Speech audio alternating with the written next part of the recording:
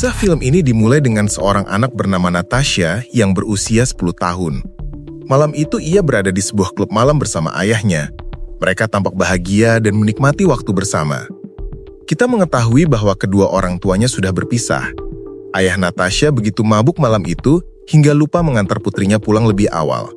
Padahal Natasha harus sekolah keesokan paginya. Larut malam barulah ia mengantar Natasha kembali ke rumah ibunya. Akibatnya, Natasha hanya tidur 2 jam sebelum ibunya membangunkannya untuk pergi ke sekolah. Natasha mengatakan bahwa ia masih mengantuk. Ibunya menegurnya bahwa klub malam bukan tempat untuk anak-anak. Ia juga memperingatkan bahwa jika Natasha kembali pergi ke klub malam, ia tidak akan mengizinkannya lagi bertemu ayahnya. Natasha membalas bahwa ayahnya mencintainya dan ingin membuatnya bahagia, berbeda dengan ibunya. Mendengar hal itu, sang ibu marah dan menampar Natasha. Namun segera setelah itu, ia menyesali perbuatannya dan mencoba meminta maaf. Natasha tetap pergi ke sekolah dengan kesal. Saat Natasha berjalan menuju sekolah, seorang pria keluar dari mobil dan menculiknya. Ada seorang gadis kecil yang melihat kejadian itu dan menjadi saksi. Penculik membawa Natasha ke rumahnya. Sesampainya di sana, ia memasukkan Natasha ke sebuah ruang bawah tanah dan mengunci pintunya. Tidak lama kemudian, Natasha sadar dan mendapati dirinya berada di sebuah ruangan kecil terisolasi tanpa jalan keluar, kecuali sebuah lubang ventilasi kecil. Ketika Natasha berteriak meminta pertolongan, ia menyadari ruangan itu kedap suara. 3 hari setelah penculikan, penculik yang diketahui bernama Wolfgang datang membawa makanan dan beberapa buku cerita. Natasha ketakutan dan tidak berbicara. Wolfgang membacakan cerita untuknya. Sebelum pergi, Natasha meminta dicium di kening seperti biasanya ibunya lakukan. Wolfgang sempat ragu, namun ia tetap melakukannya lalu pergi. Keesokan harinya, Wolfgang menonton berita tentang penculikan Natasha. Ibunya, yang sering datang untuk memasak dan membersihkan rumah, juga melihat berita itu. Sang ibu terkejut dan bertanya, apakah Wolfgang mengetahui apapun tentang penculikan tersebut. Wolfgang menjawab bahwa siapapun yang menculik anak kecil pasti tidak waras dan akan segera tertangkap. Suatu hari, Natasha meminta Wolfgang menyampaikan pesan kepada ibunya bahwa ia baik-baik saja agar ibunya tidak khawatir. Wolfgang menolak dan mengatakan bahwa ia meminta tebusan pada keluarga Natasha, namun mereka tidak merespons.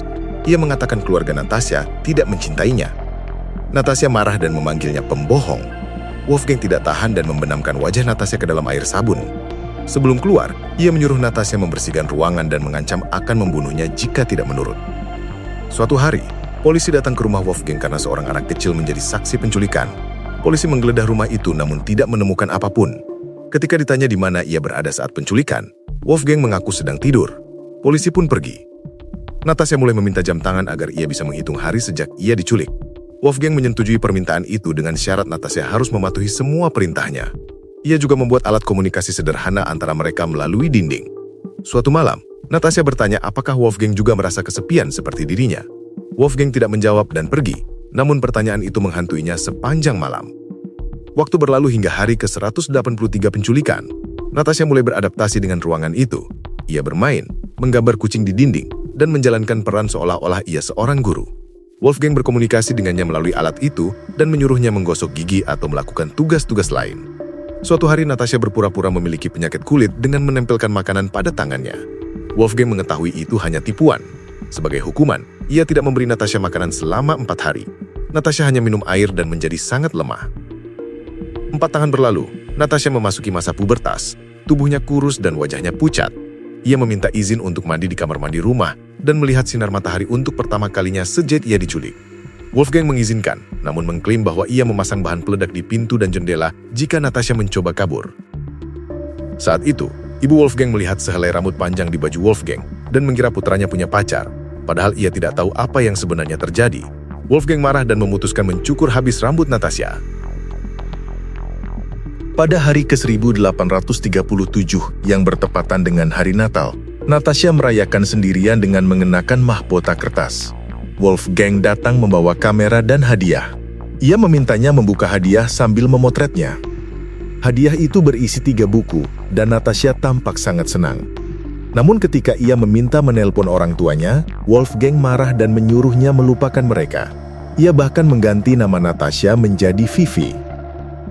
Natasha kemudian membantu Wolfgang merenovasi ruangan. Ia meminta melihat taman. Wolfgang mengizinkan, namun mengikat tangan Natasha ke tangannya. Saat di luar, tiba-tiba Wolfgang menarik Natasha kembali ke dalam dan memperlakukannya dengan kasar, bahkan melemparkan makanan ke lantai seperti makanan binatang. Pada hari ke-2029, Natasha pergi ke supermarket bersama Wolfgang. Ia mengancam akan membunuhnya jika ia meminta bantuan. Di dalam supermarket, Natasha memandang orang-orang dengan tatapan sedih, tidak tahu bagaimana meminta pertolongan. Setelah membeli cat untuk memperindah kamar, mereka pulang. Pada hari ke-2175, Natasha mendengarkan radio dan mengetahui bahwa orang tuanya menganggapnya sudah meninggal.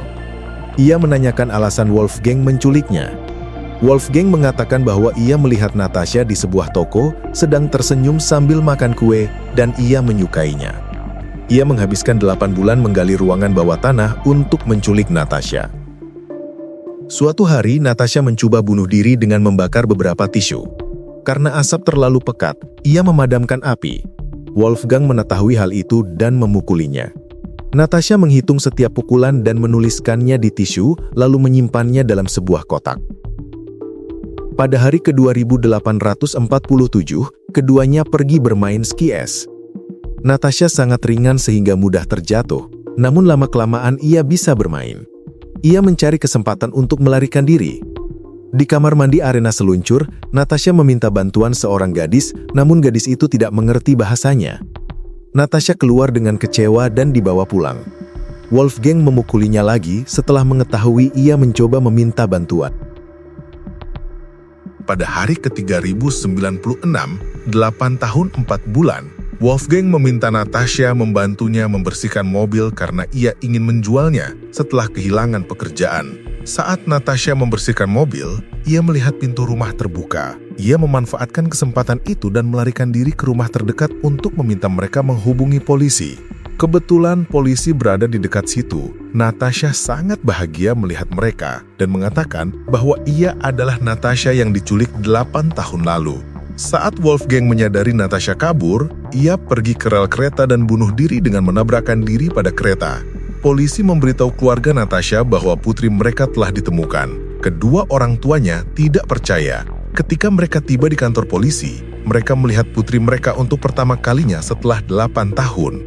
Natasha berada dalam kondisi sangat memprihatinkan.